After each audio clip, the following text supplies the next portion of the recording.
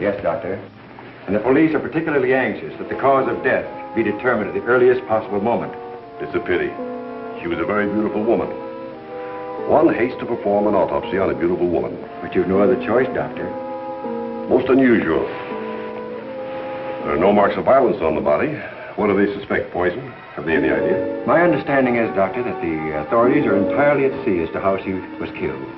They know why, but, and they also have the fellow who killed her. But... Yes, that doesn't matter. That's none of our business. Our business is to find out what killed her. And yet, one often wonders, what could have caused the last thought that was cut off by death? If it was spoken now, what would it be? Yes, you're here. You found me at last. But you know what you killed me. I warn you. Don't come another step. No, don't, please. Don't. No, I told you I didn't want the bandage.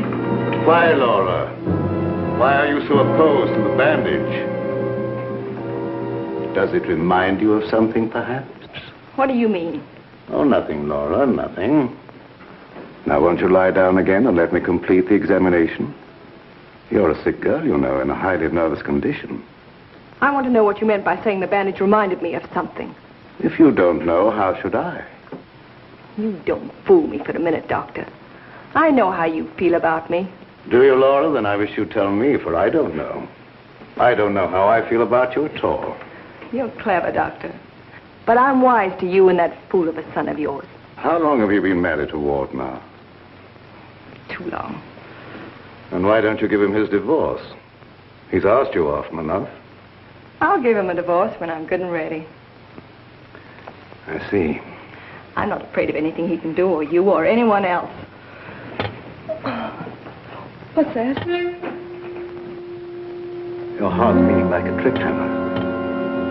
I must warn you of this high state of nervous tension. What's that noise?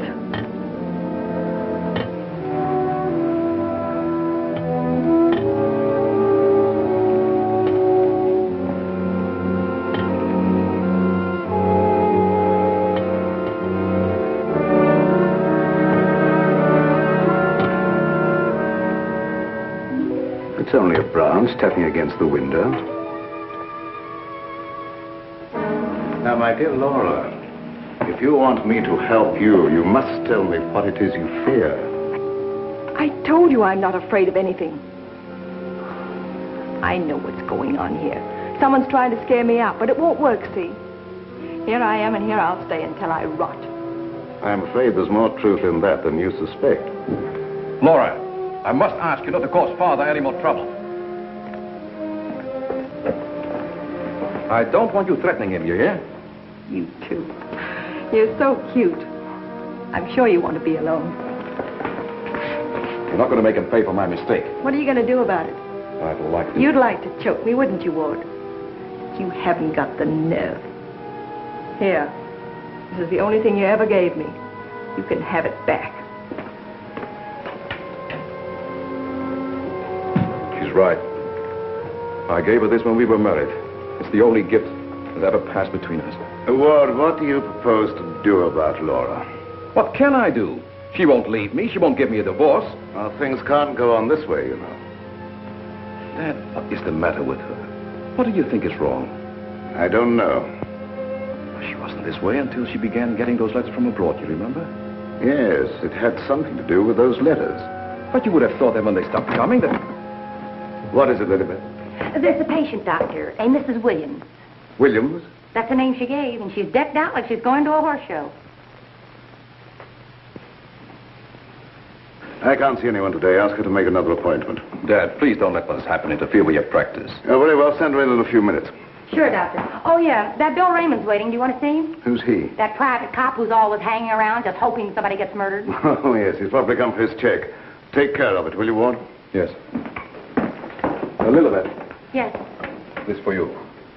Gee. Thanks, Mr. Warren. But this belongs to Mrs. Van E, doesn't it? Not anymore. It's all yours. She won't get sore, will she? I don't want to have any trouble with her. You know how she is. I know. We all know a little bit. And I want to thank you for your patience.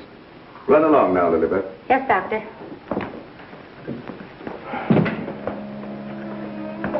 You made a fatal mistake, my boy, in marrying Laura. Yes, I know. But you don't suppose I'm going to stand for it forever, do you? No, I don't. And I don't think it will be necessary. Do you have a plan? I think it'll be better if you leave everything to me.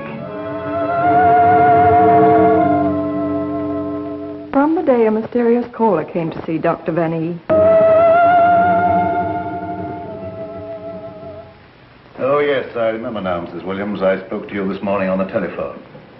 I'm sorry, but I can't tell you any more now than I told you then. Oh, naturally, Doctor. I did not mean to imply that there were any abnormal goings-on here. I assure you there is not, Mrs. Williams, nor will there be.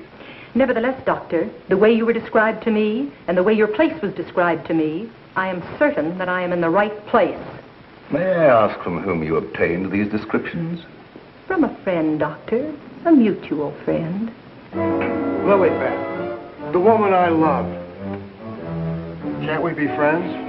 Stop tracking your big flat feet after me wherever I go. I've got things to do. Oh, gee, it's wonderful just to see you around, busying yourself, the little housewife. I never knew the cop who didn't love to stand around and watch other people work.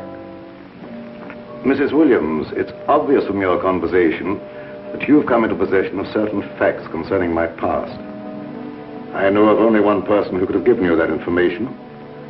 And it was my belief, yes, even my hope, that person was dead.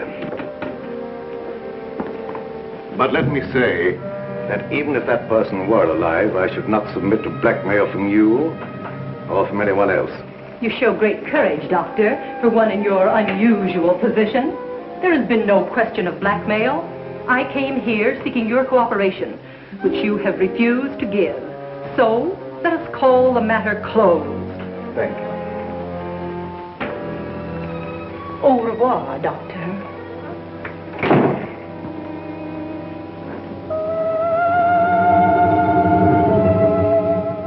Then came this sinister pair.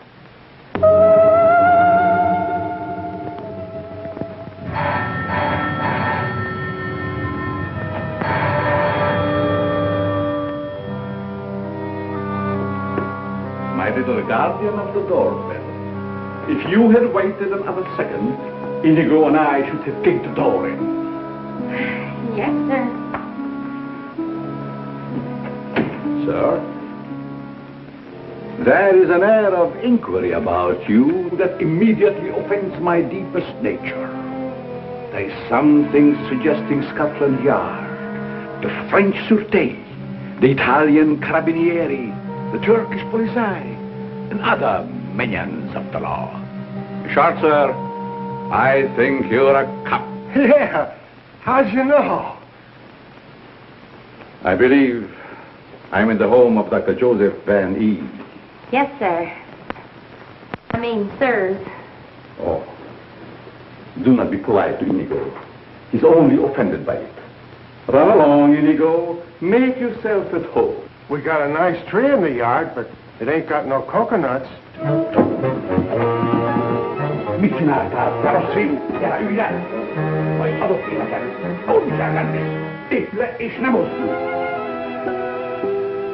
My little friend Inigo is deaf and dumb. He cannot hear and he cannot speak. But he reads the lips. And I would advise you to say nothing to annoy him. For his temper is short, indeed. This, I presume, is Dr. Vanny's private office. Yes, sir. But I really should announce you. My dear girl, if I allowed myself to be announced, I doubt I would be received anywhere. I'm sorry, really I am, but the doctor won't see anybody without an appointment. Appointment? I have had an appointment with him these 20 years. He will see me. Doctor, someone's coming! My dear doctor, truthfully can it be said that your house is your castle, protected by your countless slaves? So it is you, Leonard. I was warned you might appear like one of your own illusions out of nowhere. My dear Joseph, you have not changed a bit. Have you met my friend, Mr. Raymond? Raymond? Oh, Raymond. No doubt a relative of the great magician of the same name. Mr. Raymond is our private patrol officer. He keeps an eye on the premises for us. And other comings and goings. A very good idea, my dear Joseph. To have a private bodyguard at your beck and call. Well, you fellas are old friends, I can see that. Oh, yes. Old friends. Well, then maybe you'd like to be alone to talk over old times. A very good suggestion. Thank you, Mr. Raymond. I won't be far away, Doc. Well, so long, Mr. Leonard. Don't pull any more little men out of your hat. Well, Leonard, what brings you to me after all this time? The long arm of coincidence, my dear Joseph. Simply the long arm of coincidence. Aren't you glad to see me again? No, I can't say that I am. You with your foreign background and I, what have we two in common? Always truthful, Cousin Joseph. As when we were young men. You might have said no and saved your career. But you prefer to tell the truth and ruin yourself. What do you want here, Leonard? A few days' hospitality, my dear Joseph. Nothing more. Is that too much for one cousin to ask of another? Remember, we agreed not to think of each other as cousins again, Leonard. Bygones, my dear Joseph. And I'm willing to forget. And I suggest that you do the same. You've grown older, Leonard, but there may be something in what you say. I don't want to hold a grudge. But don't do anything that will make me regret my action. You have my promise. Now, if you will show me to my room. Oh, I should say, I have a traveling companion from whom I am inseparable. Who? Inigo, a dwarf, one of the little men. He became very much attached to me when he lost his master. You do not object? What good would that do? How true. Very well. You may have the room next to my daughter-in-law. I know you'll like that. Oh, yes. The lady, who I am told has an utmost horror of having her eyes blindfolded. A phobia of most interesting origin, I dare say. Something to think about. That night, my husband questioned Leonard about my past.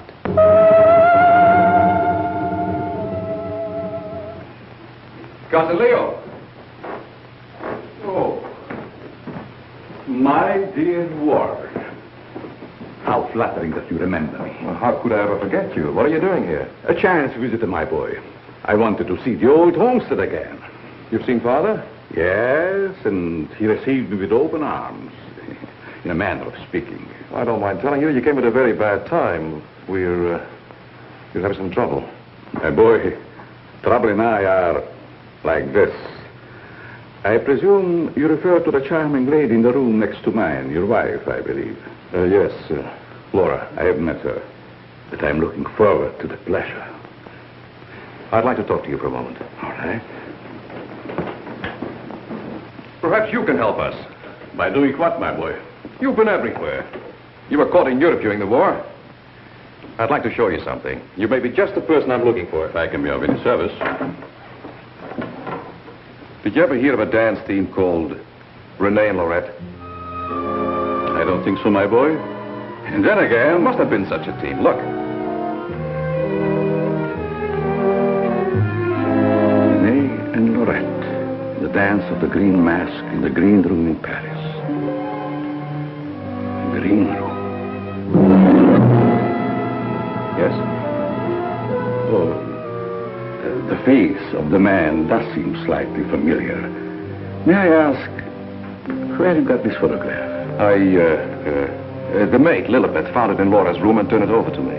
Oh, then, my boy, I'm afraid I can't help you.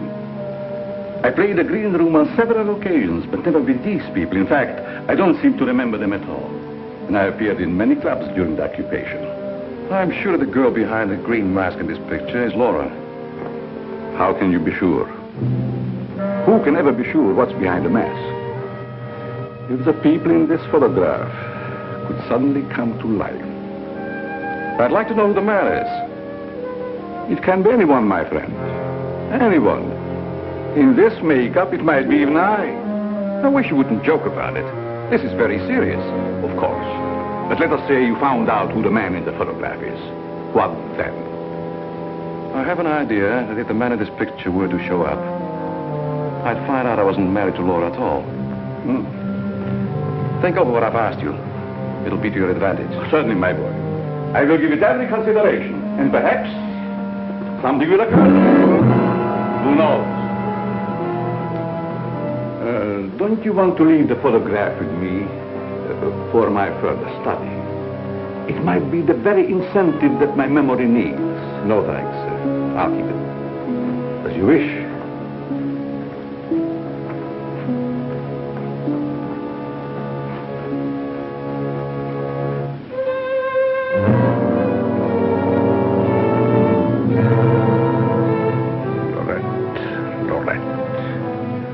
I'll make a bet the man in green will get you yet.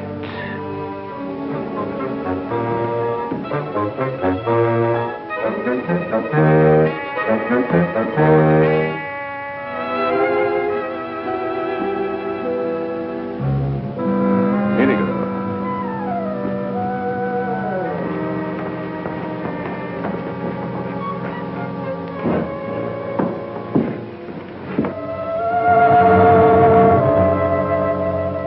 A gruesome surprise was in store for me the following morning.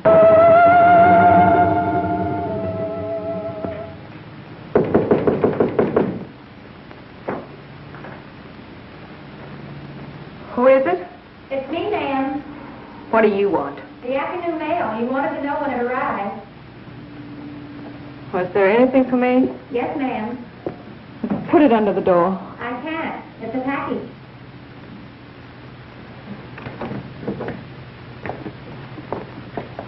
What's in it? I don't know. It's against postal regulations to open other people's mail. That's never stopped you before.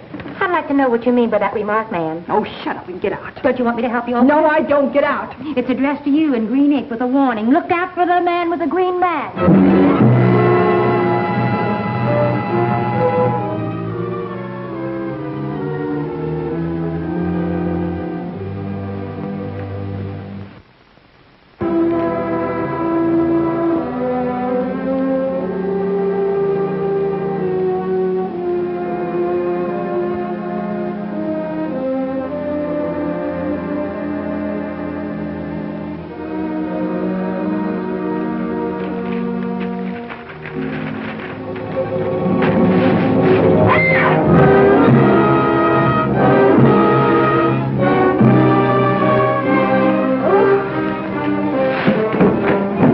you, ma'am. Who done it? Which way did he go? Get out! Get out! I just heard you yell. I was hoping it was a murder at least. Get out, I tell you, you have no business here. Well, but you don't understand. I'm supposed to be here. That's what I'm being paid for. Paid? Yeah. You see, I'm Bill Raymond, private cop in this neck of the woods. I was hoping we'd have a little murder or something happen around here so as I could solve it and get my old job back at Sentinel Homicide. Nothing personal, of course. Who told you to say these things to me? Well, nobody. Nobody said nothing to me. I was just waiting around outside to see Dr. Van Nee, and I heard you yell. So you're a friend of that crazy doctor and his son. Crazy? I wouldn't exactly say that, ma'am. The doc's a pretty good egg. You wouldn't want anyone to say you was crazy, even if you... You can go back and tell him I'm not afraid of being murdered by you or them or anyone else. No, I don't guess you are, ma'am. Still and all, if you was to get murdered and I was to find out who done it, it'd be kind of a break for me. That don't be the kosher. I wouldn't say that to you, lady, even if I knew what it meant. Now will you get out? All right. I can take a hint. Nice little bedroom companion you've got there. Get out. I'll go, but don't think I'll come running next time you yell. I'll know it's a fake.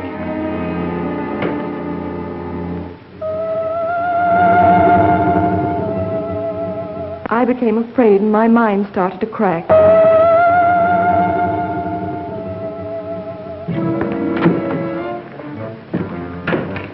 Lilybeth, my melancholy baby, where are you? Where'd you get that box? I don't know what you're talking about. You lying little snoop going through my things. What'd you do with the picture? Where is it? I didn't see it. That's the last time you put your hands on me. I'll give you one more chance, and then I told you I don't know where the picture is, and I don't know what you're talking about. It's been you all the time going through my things, opening my mail, rapping on my door at night. Now you're blaming me. I've never touched anything of yours. You've got my robe on now. Where'd you get that? I was just trying it on. Mr. Ward gave it to me. He said you didn't want it anymore. I'll tell you when there's something I don't want. Oh, shut up. It's only a dummy. A dummy? Where'd you get that thing? I suppose you're going to tell me you don't know anything about that either. Oh, I bet it was in the box. In the box I brought up for you, that's what. There were no stamps on it. How did it get in the mail? I don't know. The doorbell rang, and I thought it was a mailman. I opened the door, and it was sitting there on the stoop. You're lying. No, I'm not. I don't mind telling a lie now and then, but I'm not lying now, honest. You're trying to scare me out. I'm not leaving. No. But I am. You come here. You and Mr. Ward are pretty thick, aren't you? Thick? Yes, thick like your head. He's fallen in love with someone else. Who is she? I don't know. It's not me. I know it isn't you. I know all the signs. He's fallen in love with some simple-faced men. There's always a way to get even with them. I've got to find that picture. Otherwise, they won't know what he looks like. I've got to send it to the police. He won't dare touch me.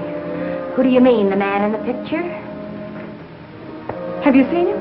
Maybe I have, and maybe I haven't. Maybe I saw him go behind the thicket, or through the wall, or under the house. He's here in the house? Yes. I let him in. I let him in. He was waiting outside to get you, Miss Laval. Miss Laval. There's nothing safe from your prying eyes, is there? You think you know everything, don't you? I know why you're afraid, and I know what you've done. No, I'm not so thick. I'm not as thick as you think I am, Miss Laval. That head's supposed to be you, kind of a calling card. I'll remind you that... Why, you...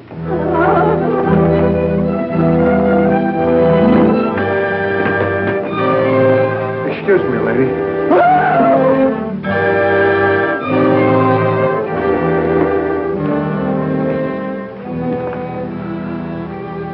Oh, I'm afraid. I'm afraid. Where are you hiding?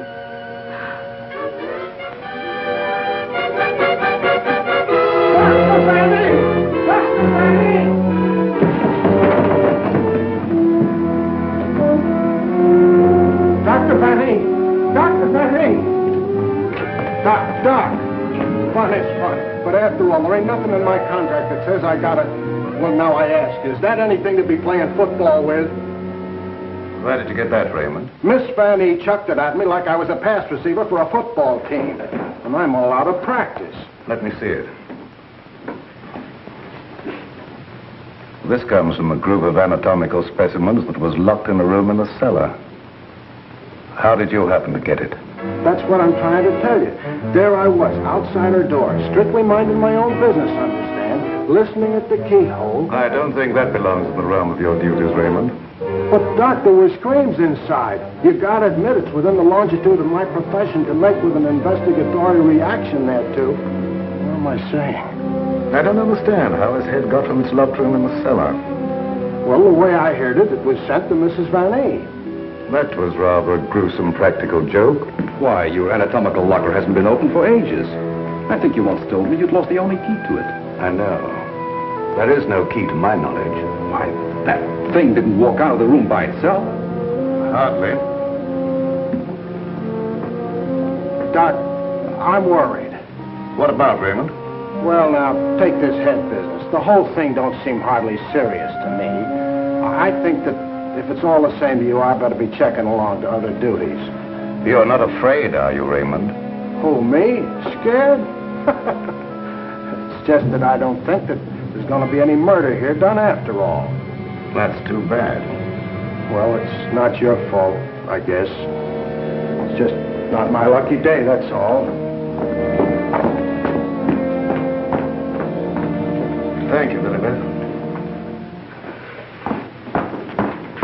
Oh, Miss Lilibet, have you a little more coffee in the kitchen? What happened to the 3 gallons I already gave you today?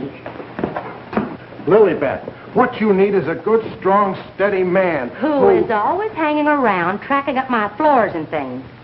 What's that on your shoe? Looks like cobwebs from out of the cellar.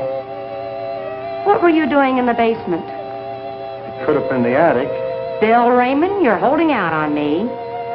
What are you up to? Up to? Yes. Who asked you to go poking around in the cellar? It was in performance of my duty. What duty? What did you find? Absolutely nothing.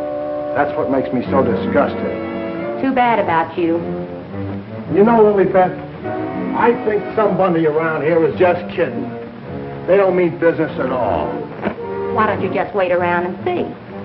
Say, if you got any inside dope, I wish you'd tip me off. If I'm ever going to get back to Central and prove I'm a good detective, I gotta have some clues.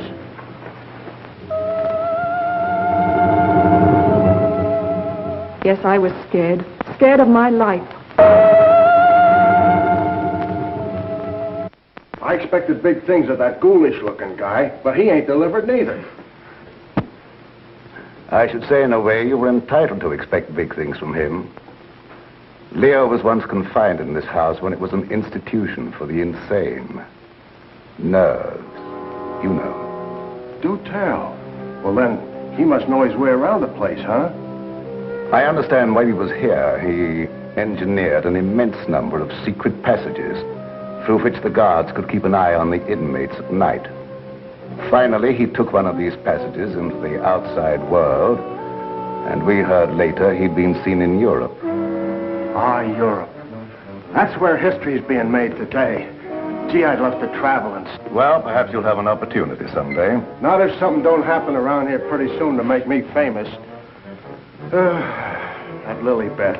I've been trying to get a cup of coffee off of her all day. She don't care what happens to my metabolism. Metabolism. That's a good word. I wonder what it means.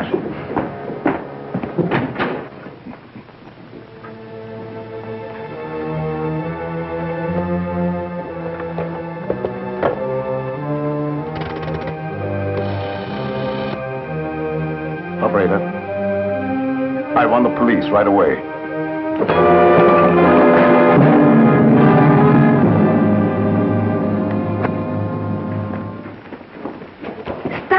Me. But, hon, don't you want me around to protect you? That Indigo guy might... Yes, but who's going to protect me from you? Lilibet. My wild Irish rose. I just live for the day when I can take you out of all this. When I can slave and get you the luxuries in life.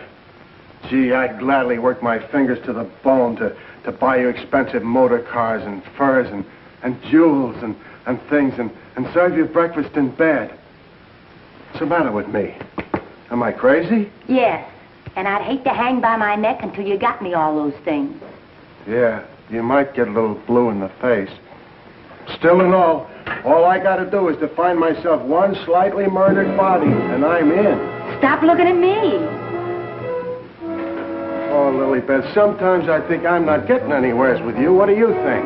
I think you've got a good idea there. All right, all right. You'll be sorry someday when you see my picture in the paper.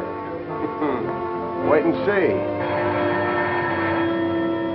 Hey, Lilybeth, why don't you answer the doorbell? Maybe that Indigo guy wants in.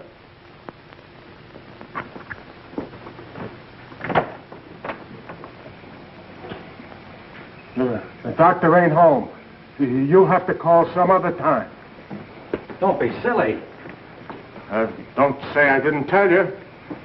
Close the door on your way out. Hey, wait a minute. Well, if it isn't Bull Raymond. Shh, Terry. You trying to ruin me? Ruin him. Come here, Bull. Meet Miss Cornell. How do you do, I'm sure. Likewise. How do you happen to be out with him? Cute, darling, don't you think? Flat at both ends, head and feet. You've heard me speak of him. Bull Raymond. Bill Raymond, if you please. Mr. Terry Lee, you so-called reporter. How do you happen to be out with a dish like this? Jane Cornell.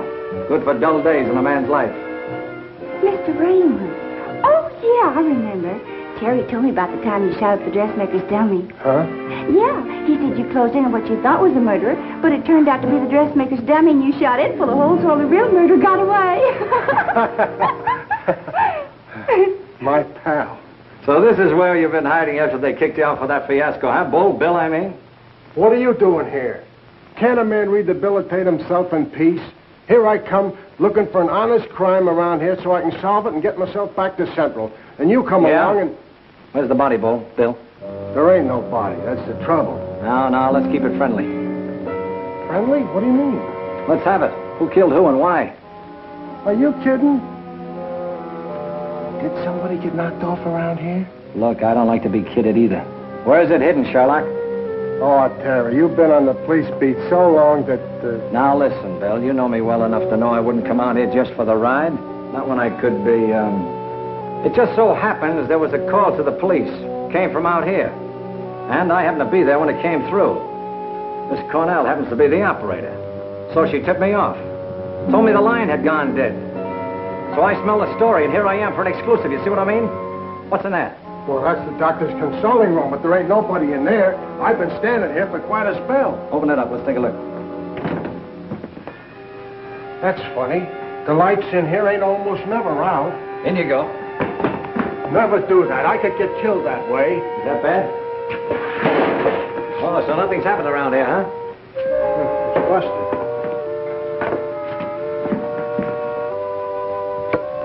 There, see? Like I said, there ain't nobody here.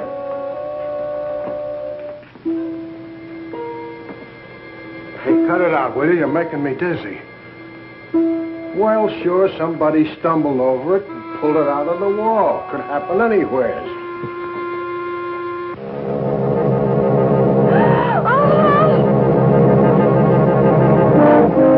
Wants to shake hands with you, Bill. Step right up. Not me. You seen it first.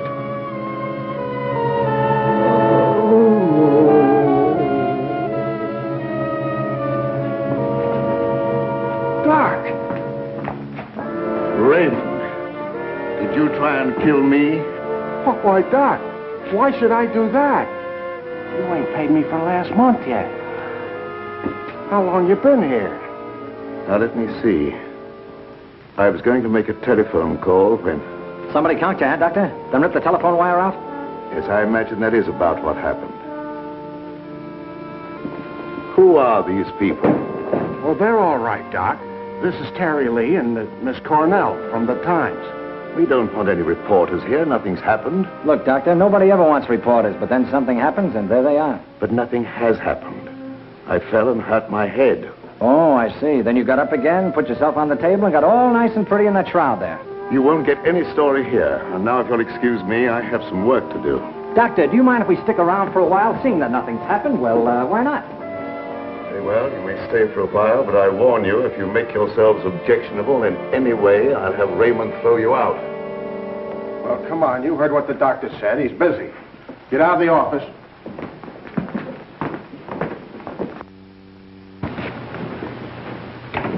Probably a pretty nice guy caught in a tough spot. That's the way I see it.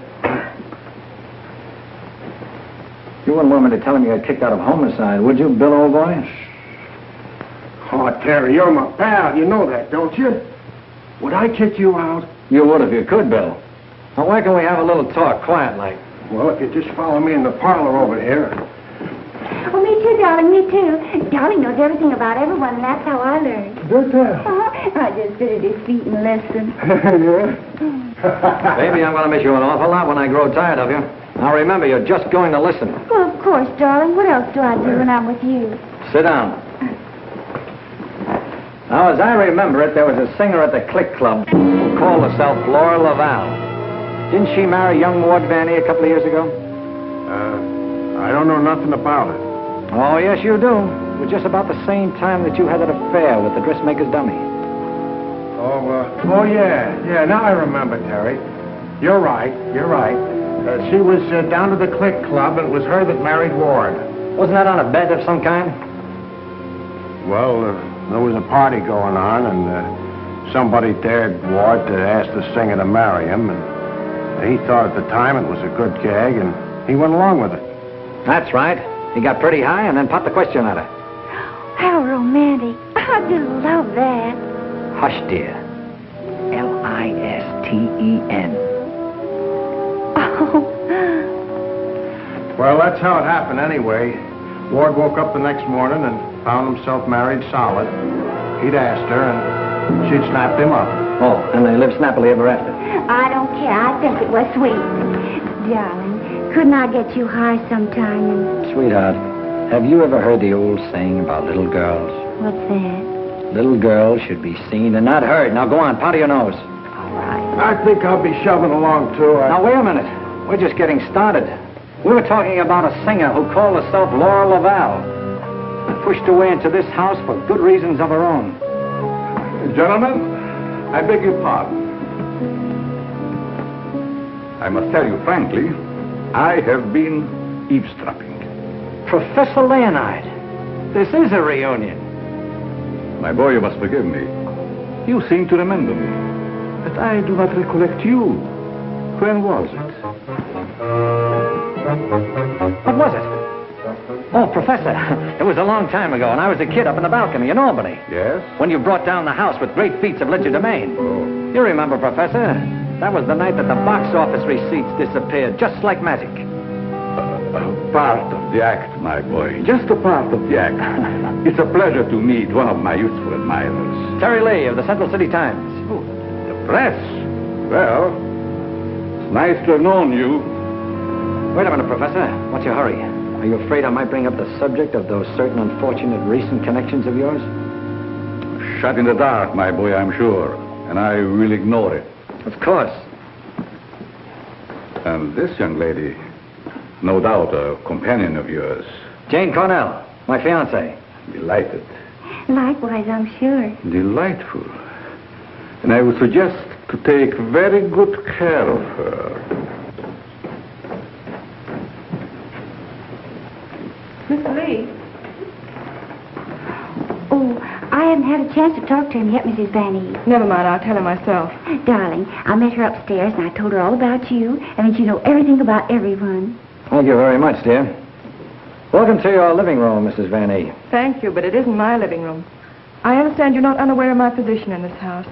Well, maybe you can tell us about it. I'm being kept a prisoner here against my will. I'm alone and friendless. I'm sorry. Why haven't you called the police? They've done nothing but to call for the police. They have kept me penniless so that I can't leave. I understand. They're trying to destroy my mind, Mr. Lee. By innuendo and indirection, they're trying to make me believe I've done something dreadful in the past. That I'm to be the victim of some horrible vengeance. You know best about that. I'm innocent, Mr. Lee. I've done nothing. Now, this doctor's brought some stranger here with these tricks and illusions to further make me believe... You mean the professor and his little, Yes. You must help me, Mr. Lee. Laura, it's so good to see you downstairs again after all these days being locked in your room. You know perfectly well why I've remained locked in my room. Ward, this is Mr. Lee of the Times, the gentleman I told you about upstairs. Oh, yes. Look here, Mr. Lee. We don't want any more of that front-page splash stuff, such as I got when I married Laura. Your wife's been telling us that she's being kept here under constant threat. She's out of her mind. See what I mean, Mr. Lee? They don't overlook a single chance to put it in my head that I'm crazy. Perhaps I can explain, Mr. Lee. We don't believe there's anything wrong with Laura now. But we are sure something will happen to her mind if she continues to live under this strain. Just as I told you, they're behind it. Can't I make that clear to you? They spend all their time trying to terrify me. They write me letters in green ink. They send me dummy heads wrapped in green paper. Anything to frighten me so I can't sleep. I can't think. The only thought in my head is that I'm going to be killed. These are very serious charges, gentlemen. And I might say it'd make a perfect front-page splash. Lee, if you dare print a word about those ravings of my wife... Don't do anything to make me think they aren't ravings, Mr. Van E.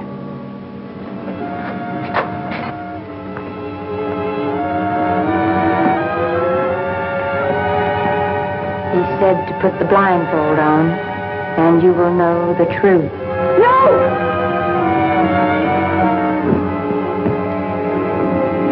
What's wrong with her, Doc? Quiet, Raymond. You don't mean that she's...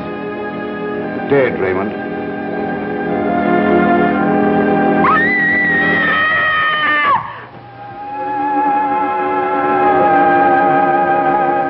Then I knew that he was here.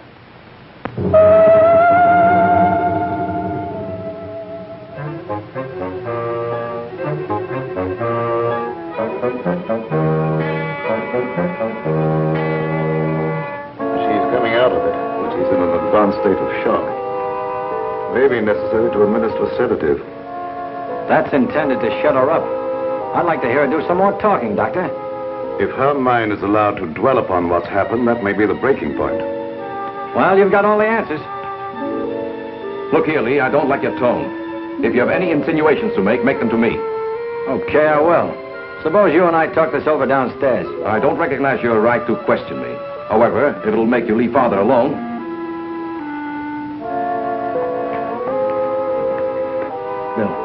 Fix yourself a chair right outside the door and don't leave until I get back. Sure. But what about Lily Pad? Don't she rate nothing around here? Now, Lee, first I'd like to see your credentials. You bust in here saying you're a reporter. That's the old turn the tables gag, Vanny, but if it'll make you any happier, take a look. All right, you're a reporter. But I still don't understand how you and the young lady got the news about our troubles. Do you really believe that story, Lee? Do you, in your right senses, really believe that we are keeping Laura a prisoner here?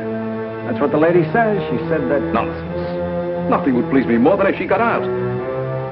Look, I don't get any of this stuff, Vanny, but there's a tricky deal going on around here, and I intend to sit in on it. Too bad I can't flash the city desk to make ready for a front-page replay. Yes, isn't it? Either your wife is the victim of a well-plotted program of persecution calculated to drive her insane, or she's the witch you say she is. You're the fellow with the nose for news. What does it tell you? It tells me that right now I'd like to know where your disappearing relative is.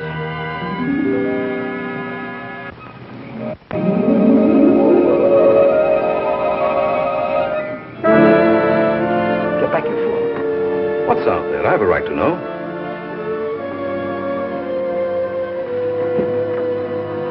Don't see anything. What was it? It isn't possible. It isn't possible, of course. What do you see out there, Lee? I've had enough of this. Come on. Are you nervous, Miss Cornell? Oh, no. I think it's very exciting. Well, Professor, I thought I just saw you outside, banging at the moon. You disturbed her sleep. Poor child. Where have you been? How about you start acting normally for a change? You're bringing suspicion upon all of us. I, my boy? What have I done? Suppose you tell us. Has no one arranged to silence you yet, Mr. Lee? What a pity. I don't silence very easy, Professor. And it'd take a lot more than what you've done to her. Do you suggest that I had a hand in that poor girl's unfortunate demise? Why don't you behave yourself, Professor? Mr. Van E here has the right idea. You're just gumming up the works. I did my humble best. Who are you working for? What do you expect to get out of it? I'm discharging a debt, Mr. Lee. A debt contracted many years ago. Now, are you any wiser than you were a moment ago? No, but I'm beginning to get a general idea. By the way, how's that little girl of yours? I hope fervently that nothing happened to her. She would look so beautiful lying here. Look, Professor, I may not have been very smart in bringing Miss Cornell here, but if I thought you had any plan to do that... Why do you persist in making me the villain, Mr. Lee?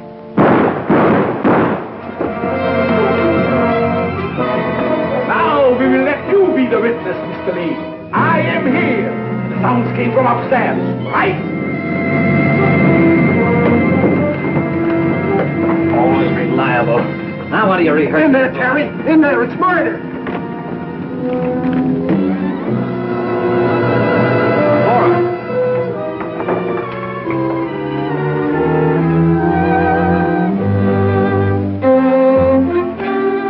Jenny, wake up. Wake up. Oh, Terry. Tell me, what happened? Oh, Terry, darling. Let me think. Everything went black and... Yes? Then it started to talk. What started to talk? I don't know. That thing. Now, look, let's get back to the beginning. I left you here with Dr. Van E. Yeah, and then he gave Mrs. Van E a shot with a long needle. Never mind that. All right. Then he said, would I sit with Mrs. Van E? Okay. Where is she now? Who? Mrs. Van E. Where did she go? That's just what I asked you, Janie. Well, she was right here. Then Dr. Van E went out. Then what happened? Then Bill Raymond came in. Oh, that's great. The two of you in the same room at the same time. How did you communicate with each other? Sign language? Oh, I don't care. All you do is make fun of me. I didn't ask to come to this, whatever it is. Oh, yes, you did, dear. Don't you remember? You said you wanted to see what the life of a reporter was like. Don't forget, Mr. Lee, one must not expect too much of certain types of mentality. Shut up, Bill Raymond. I remember you when you couldn't even make your X. Oh, I want to go home. We can't go home, darling. We've got to get a story. Why? You don't understand. Yes, I do. Why do we have to get the story? Who cares? Oh, she's got you there. All right. Now, you tell me, what happened to you? Me? Oh, well, you said to stay outside the door, and I pulled up a chair. That's right. She was inside the door, and you were outside.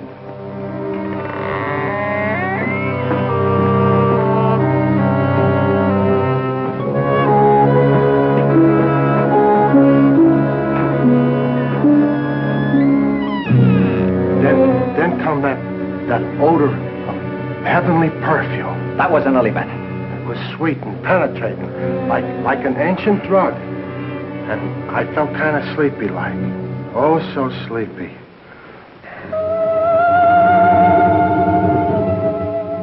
At last, he had me under his power.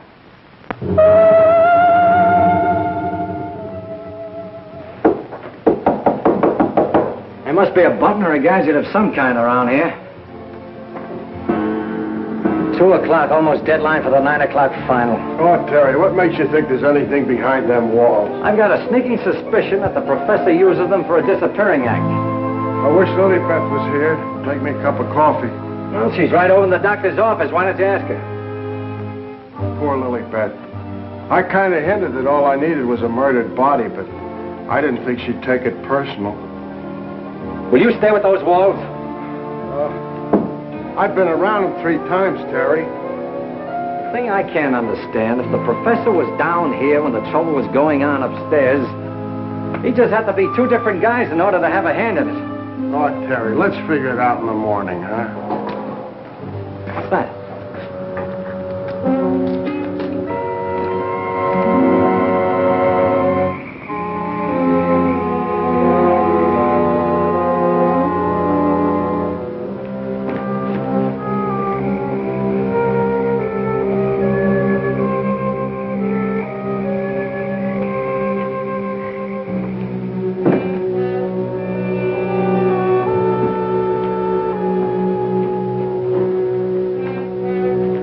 Wake up. Either something or somebody opened the front door. Oh, that's the shortest night's sleep I've had in a long time. All right. Now that you're good and rested, let's see if we can understand what happened upstairs.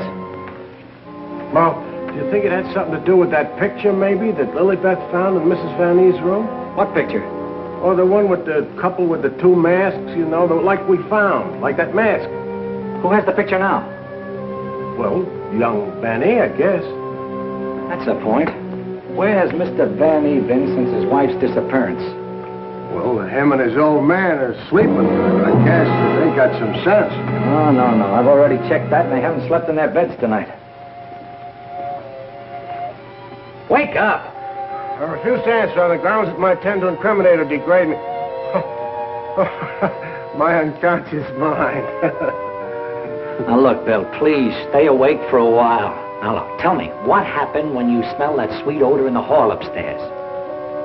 No, it smelled lovely. Lovely, that's all I can remember. And Dr. Van E had already left Laura's room, is that right? Yeah, he'd gone out, and he said goodnight, and he had given her some sedative or something that he said would take care of her till morning, and then he went down the hall to his own room. And then you fell asleep? Yeah, no, I just kind of dozed off a little. Like this. Here's your coffee, sir. Terry, that's a dirty trick. Stay on the other side of that window. What for? Take a look. I'm looking. What do you see? Lilybeth! Gee, this ain't natural. Who are you talking to? The woman I love. Poor little angel. Try and speak to me. She can't hear you.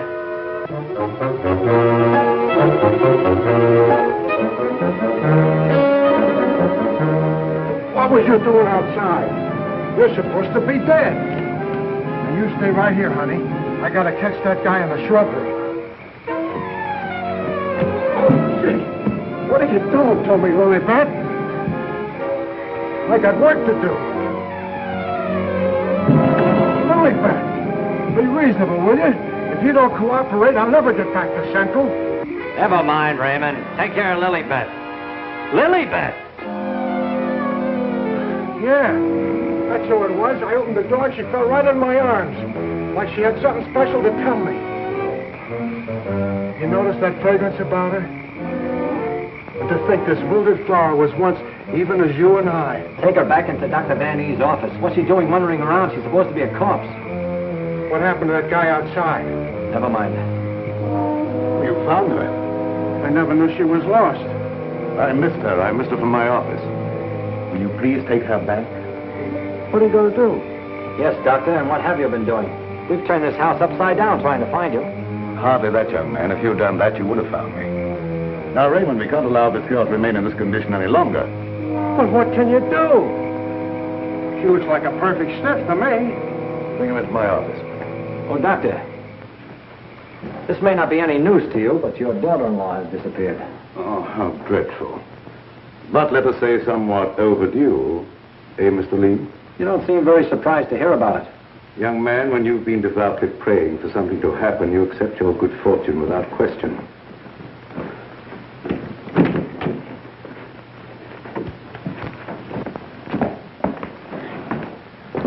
We thought that probably you might be able to throw some light on the subject. That's right, Raymond. Leave her there. There's absolutely nothing wrong with her. Huh? And you mean I've been pining away for nothing? She was put in a deep hypnotic sleep, that's all. But why? Why, Doc? Who done it? It was done so that she would obey certain orders that were transmitted to her. If that's true, then why did you declare her dead? I had my own good reasons. Would you give me one reason why you like to go around getting hit on the head? That must become a little monotonous. Mr. Lee, are you sure that you saw what you thought you saw?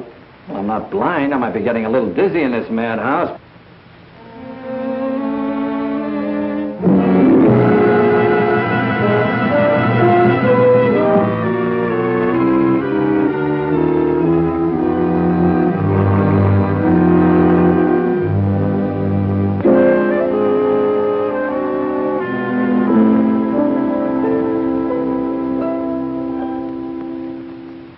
You know, Doctor, morning isn't very far off. And when the police get here, you've got an awful lot of explaining to do. You're in this up to your neck. By morning, let us hope no explanations will be necessary. Everything will have explained itself. Poor little sleeping beauty. Do you suppose someone thought she looked weak-minded and picked her out to carry out his commands? That's not always the case, Raymond. If Leonide were here, we could settle this case very quickly. Gentlemen, it is my peculiar misfortune to always be in a position where I may eavesdrop. How can I be of service, Cousin Joseph? Oh, Professor. Ask me no questions, my friend, and I will tell you no lies. Leonide, you could undo certain mischief that has been done this girl. I know you can help if you will. I could, my dear Joseph. But I will not bring down the wrath of the unknown madman who is loose about these premises. It is a matter of self-preservation. I had nothing to do with hypnotizing this girl. I have an idea that you may have already carried out the unknown's orders and that he no longer needs her. Nevertheless, my dear Joseph, you must excuse me. Just a minute, Professor. I wonder what would happen, Professor, if in connection with your sudden reappearance here, somebody dug up the old story of why you swindled Dr. Van E. and then ran off and let him take the rap. I will not be blackmailed, Mr. Lee. And I observe again that you're a young man who knows too much for his own good. And I would also like to know where you obtained all this information. You're extremely young to have your fingertips on events of 20 years ago. I have a memory like an elephant. I never forget something once I hear it. I'm a sharpie, Professor, as every one of you will admit before morning. Now, Doctor, I'd like to bore you with a few questions. I wouldn't mind, young man, if you had the slightest idea of what you were looking for. Maybe if we start back to the time around midnight, when you administered what you call a sedative to your daughter-in-law. Are you inferring that I had anything to do with Laura's disappearance? Why do you keep evading the issue, Doctor? You know you'll have to confess when the police get here anyway. I would remind you, young man, that you're making a direct accusation, and I refuse to answer. Look, I want the facts and I want them now. Let's cut out the mulberry bush routine. Listen, Bill, you're supposed to be a cop and you want to get back to homicide. Help me make the doctor loosen up. He knows a lot more than he's telling. Well, sure, I'll help Terry, but first let's get Lilybeth out of this. Maybe she can tell us something. Yes, Mr. Lee, it seems to me that you're not too anxious to have Lilybeth restored to consciousness.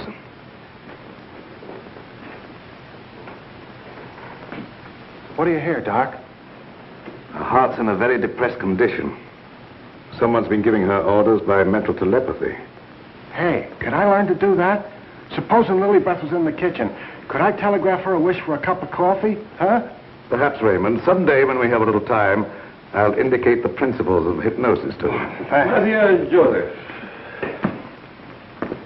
the principle of hypnosis isn't as simple as you would make them believe. It requires a long and patient study.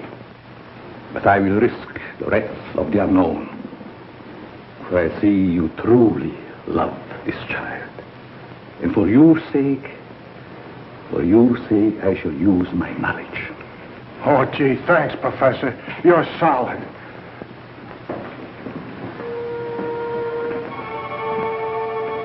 Och då jag fick mig lätten och flächen var fyrflätten läron och sördimon här.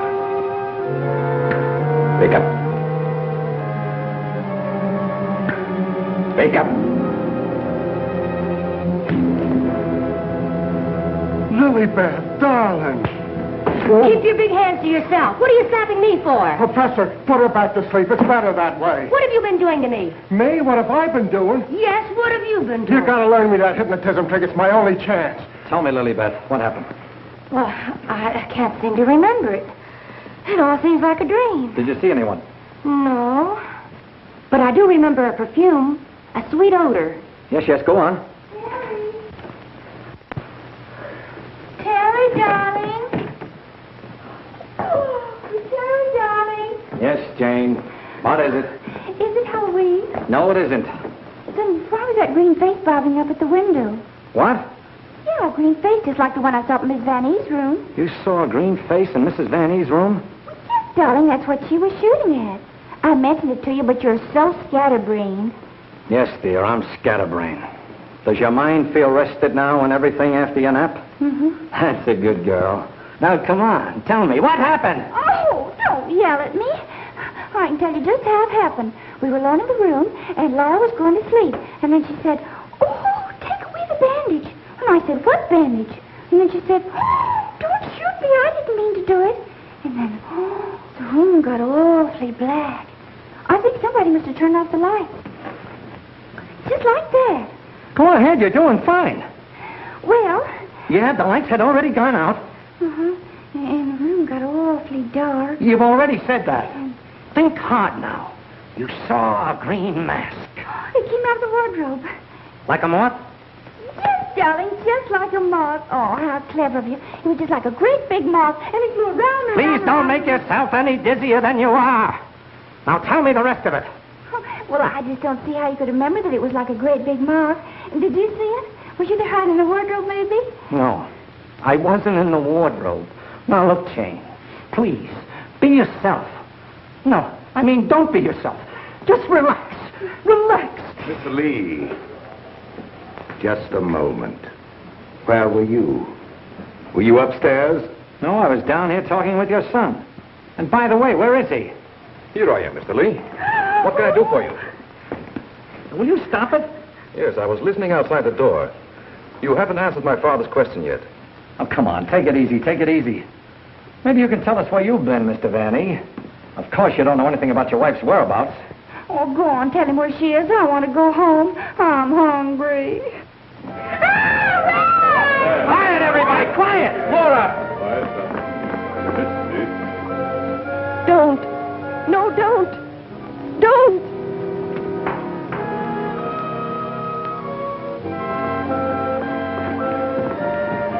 Laura! She's under a hypnotic spell. Ladies and gentlemen, it has been an exciting night, and you all are deserving of some explanation and relaxation for the strange goings-on. The guy who's doing the talking is behind the wall somewhere. Now you're getting smart, Sherlock. We introduce at this time the team of Lorette and Renee as they appeared at the height of their success in the green room of the Paris Crillon. Sure, the mask, the picture. Mademoiselle Lorette. Now I know who he is. Mademoiselle Lorette will now put a bandage over her eyes, the better to see the inner truth. Very good, Renee. Very good. Just like the old time. Would any member of the audience like to ask Mademoiselle a question? Come, Mr. Lee. You have been so full of questions up to now. I'm thinking, brother. We cannot keep Mademoiselle too long in this delicate mental balance. She has been under a great strain lately. Then I will ask the questions myself. Yes, Renee, I'm at your command. Are you afraid now? No, I'm quite safe. Will you tell the truth? Yes. They came to me and said your partner, he of the magic feats and rare impersonations, is a spy. But we can't prove it. We will give you 1,000,000 francs if you, Lorette, bring us that proof. Now we shall know. You gave them the proof they wanted? Yes. They took him away to be killed? Yes. What was he to you, this man you betrayed? This man you sold to the enemy for money? He was my husband. When they told you he was to be executed, you sent this man a gift for his last moment before the firing squad. What was it? It was a green scarf for his eyes. Like the one you're wearing now? Yes. Why did you send it? It was my scarf. I wanted him to know I had betrayed him because I hated him. He was good and kind, but I hated him for the power he had over me. I see. That is your only defense. You hated. You thought they shot him. You escaped to America. You thought you were safe. Then you found out he was alive and wanted revenge. Thank you, Mademoiselle Lorette. You may remove the bandage now. What do you see on the cloth, Mademoiselle? There's a hole in it. Yes. What else, Lorette? What else? There's blood on it. It's blood. I have come back. I am here. And I will have my revenge. No! No, don't touch me! Ah! guns at the window. You know where.